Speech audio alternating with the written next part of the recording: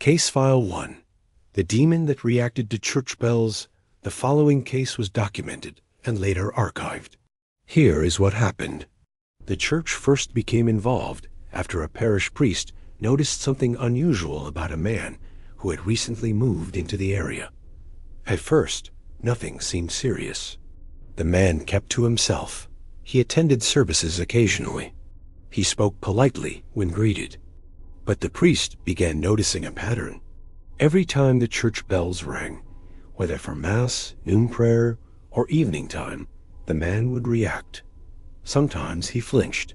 Once, he even left the church grounds abruptly when the bells began.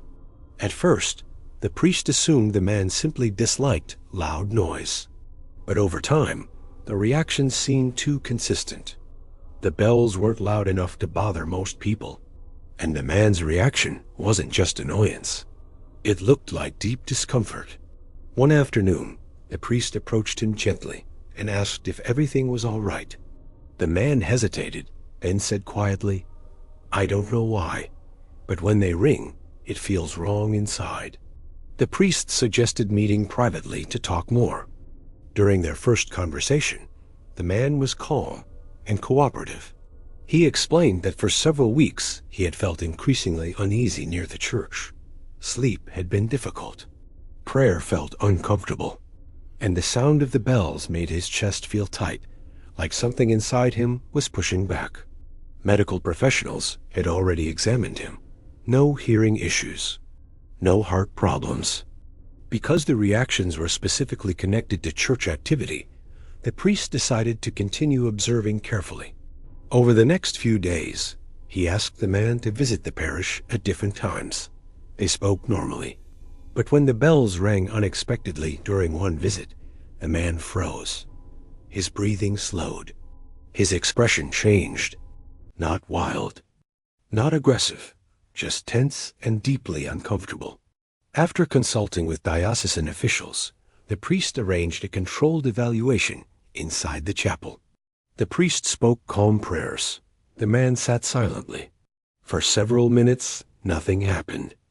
Immediately, the man's posture stiffened. He lowered his head and whispered, "Make it stop." The priest continued speaking gently, asking what he felt. The man answered, "It sounds like something inside me doesn't want to hear it." The priest did not raise his voice. He continued the prayer steadily. After several minutes, the tension faded.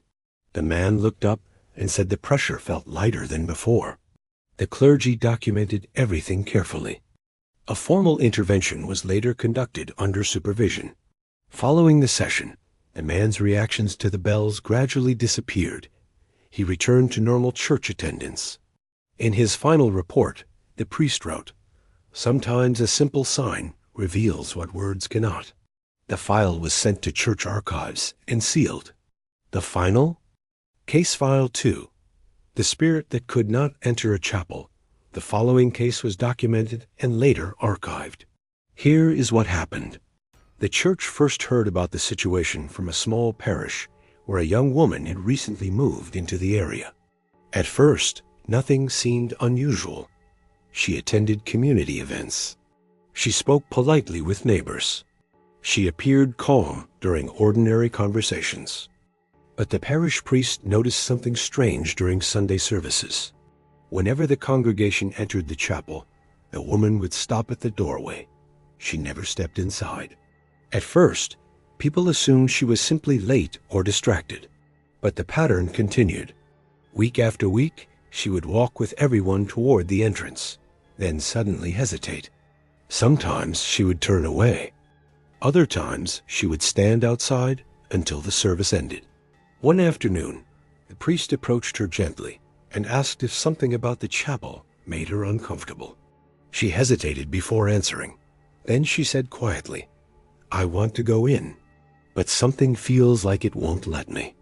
The priest didn't jump to conclusions.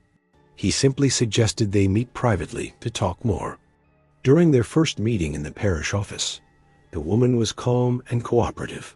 She explained that for several weeks she had felt an unexplained pressure whenever she came near the chapel doors. Not fear, not pain, just a strong feeling that she shouldn't cross the entrance. Medical professionals had already evaluated her. No anxiety disorder was found.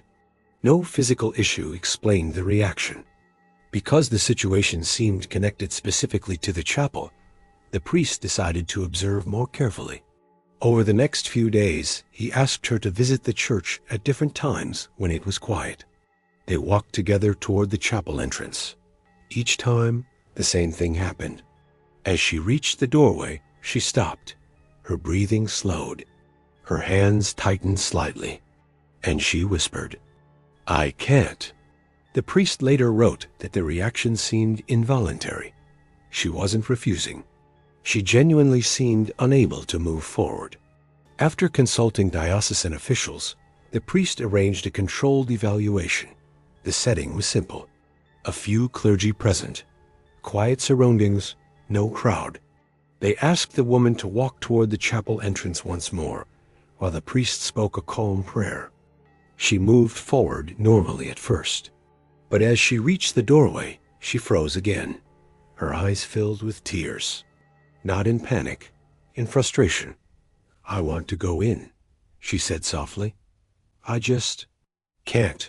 The priest continued praying steadily. After a few minutes, he gently placed his hand near the doorway and invited her to take one small step forward. At first, nothing changed.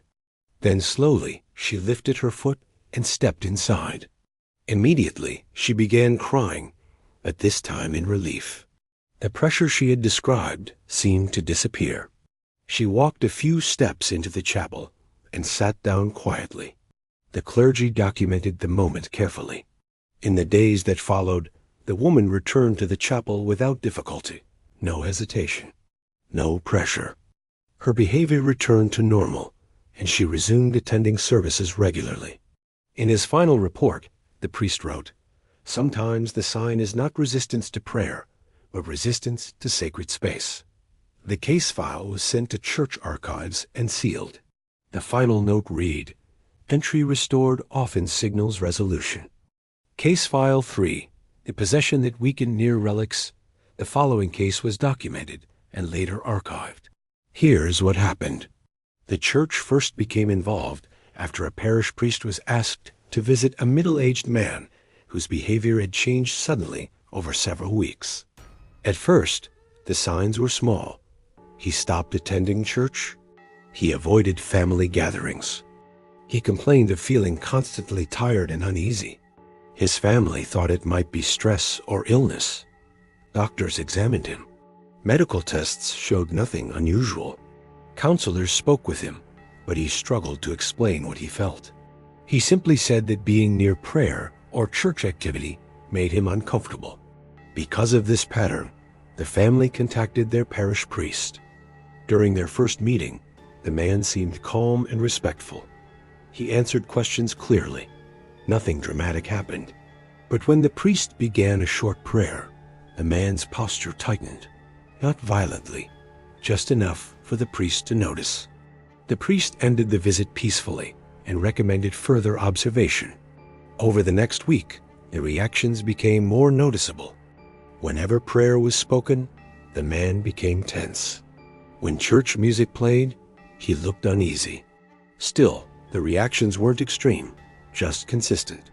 After consulting diocesan officials, the priest arranged a controlled evaluation at the parish. The session was held in a quiet room with only essential clergy present. The priest began with calm prayer. The man sat silently, showing mild discomfort but nothing more. Then the priest did something simple. Without announcing it, he placed a small reliquary on the table beside him. Inside it was a relic, an item preserved by the church for historical and spiritual significance. The priest did not mention it. He simply continued praying. Within moments, the man's posture changed. His breathing slowed. The tension in his shoulders seemed to soften. One of the assistants later said it looked as if a heavy weight had lifted from him. The priest continued observing quietly.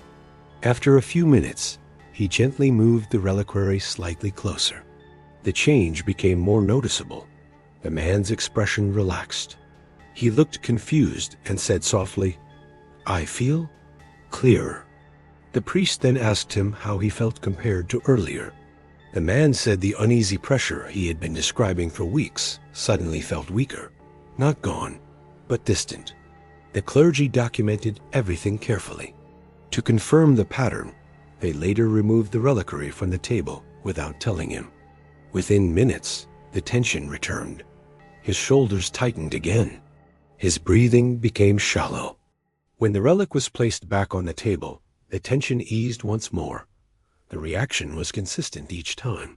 After reviewing the observations, the clergy scheduled a formal intervention. The ritual was conducted calmly and under supervision. During the session, the reliquary remained nearby. The priest later wrote that the man's responses were noticeably calmer than during earlier evaluations. The intervention was completed successfully. In the days that followed, the man's condition improved steadily. He returned to normal routines. He resumed attending church without discomfort. No further incidents occurred. In his final report, the priest wrote, "Sacred objects do not act on their own, but their presence may strengthen the moment when help is needed." The case file was sent to church archives and sealed. The final note read, "Relief observed repeatedly must be recorded carefully." Case file 4, the demon that fled when a psalm was read. The following case was documented and later archived. Here is what happened. The church first became aware of the situation after a family asked their parish priest to visit their adult daughter. For several weeks, her behavior had changed in ways they couldn't explain. At first, it seemed like stress. She slept poorly. She avoided conversation. She seemed uneasy whenever prayer was mentioned. Doctors examined her. Medical tests showed nothing abnormal. Counselors spoke with her, but she struggled to describe what she felt. She simply said that certain prayers made her uncomfortable, though she didn't know why. Because the reactions appeared connected to faith in prayer, the family contacted their parish priest.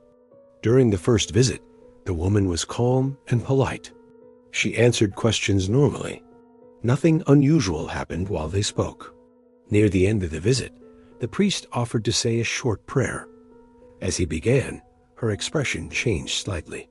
Not dramatically, just enough to notice. The priest continued calmly and finished the prayer without interruption. He later wrote that the reaction seemed mild but consistent. But during prayer, the same subtle tension appeared. After consulting with diocesan officials, the priest arranged a controlled evaluation at the parish chapel. Only essential clergy were present. The session began quietly. The priest spoke a short prayer. The woman sat silently, showing the same mild discomfort as before. Then, instead of continuing with the usual sequence, the priest opened a Bible and began reading a psalm aloud. His voice remained calm and steady. For the first few lines, nothing changed. Then suddenly, the woman's breathing shifted. Her shoulders tightened. She lowered her head and whispered, "Stop." The priest continued reading. Not louder, not faster, just steady. As he reached the next verse, the woman covered her face with her hands. Her voice sounded strained. "Please, stop reading that." The priest kept his tone calm and finished the passage. For a moment, the room was completely silent. Then the tension in her body suddenly released. Her shoulders dropped. Her breathing steadied. She looked up, confused, and asked quietly, "What just happened?" The priest asked how she felt. She said the heavy pressure she had been feeling for weeks suddenly felt gone, as if something had lifted. The clergy documented the reaction carefully. To confirm, the priest later read the same psalm again during a follow-up session. This time, there was no tension, no discomfort. The woman listened calmly and said she felt normal. After continued observation and spiritual care, her condition stabilized completely. In his final report, the priest wrote, "Sometimes the turning point in a case comes through the simplest act, the steady reading of Scripture." The case file was sent to church archives and sealed. The final note read, "Words spoken calmly may accomplish what force cannot." Case File 5. The entity that hated a specific prayer. The following case was documented and later archived. Here is what happened. The church first became aware of the situation after a parish priest was asked to meet with a young woman whose behavior had changed over several weeks. At first, the signs seemed small. She avoided church gatherings. She stopped participating in group prayer. She said she felt uneasy whenever certain prayers were spoken, though she couldn't explain why. Her family believed it might be stress. Doctors examined her. Medical tests showed nothing unusual. Counselors spoke with her, but she struggled to describe what she felt. She simply said that most prayers felt normal, except one. Whenever that specific prayer was spoken, she felt intense discomfort, not fear, but a strong urge to leave or cover her ears. Because the reactions appeared connected to religious practice, the family contacted their parish priest. During their first meeting, the woman was calm and cooperative. They spoke normally for nearly an hour. Nothing unusual happened. Near the end of the visit, the priest suggested a short prayer.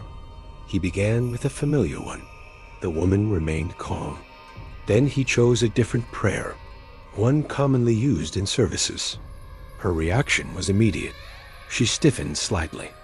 Her breathing slowed, and she whispered, "Not that one." The priest stopped and asked gently what she meant. She said quietly, "That one feels wrong." The priest didn't push further that day. He simply ended the visit and recorded the response.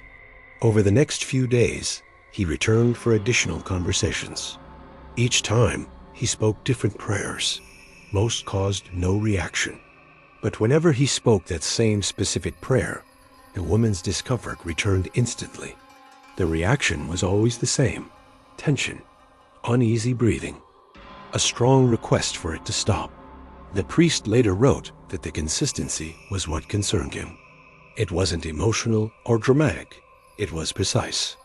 After consulting diocesan officials, the priest arranged a controlled evaluation in the parish chapel. Only essential clergy were present. The session began calmly. The priest spoke several prayers in sequence. The woman remained still. No reaction. Then, quietly, the priest began the specific prayer again. Before he finished the first line, the woman lowered her head and covered her ears. "Please don't say that," she whispered. The priest continued steadily, not louder, not faster, just calm. As he reached the second line, the woman's shoulders tightened and she said, "It doesn't want to hear that." The priest continued until the prayer was complete. When he finished, the tension in her body slowly faded. Her breathing returned to normal. She looked up and said the pressure she had felt moments earlier was suddenly gone. The clergy documented the reaction carefully. During later sessions, the prayer was used again as part of a structured intervention. Each time, the reaction appeared briefly, then weakened. Over time, the discomfort disappeared entirely. The woman's condition stabilized. She returned to normal routines and resumed attending church services. In his final report, the priest wrote, "Sometimes a single prayer reveals more than many words." The file was sent to church archives and sealed. The final note read, "Consistency of response must guide observation.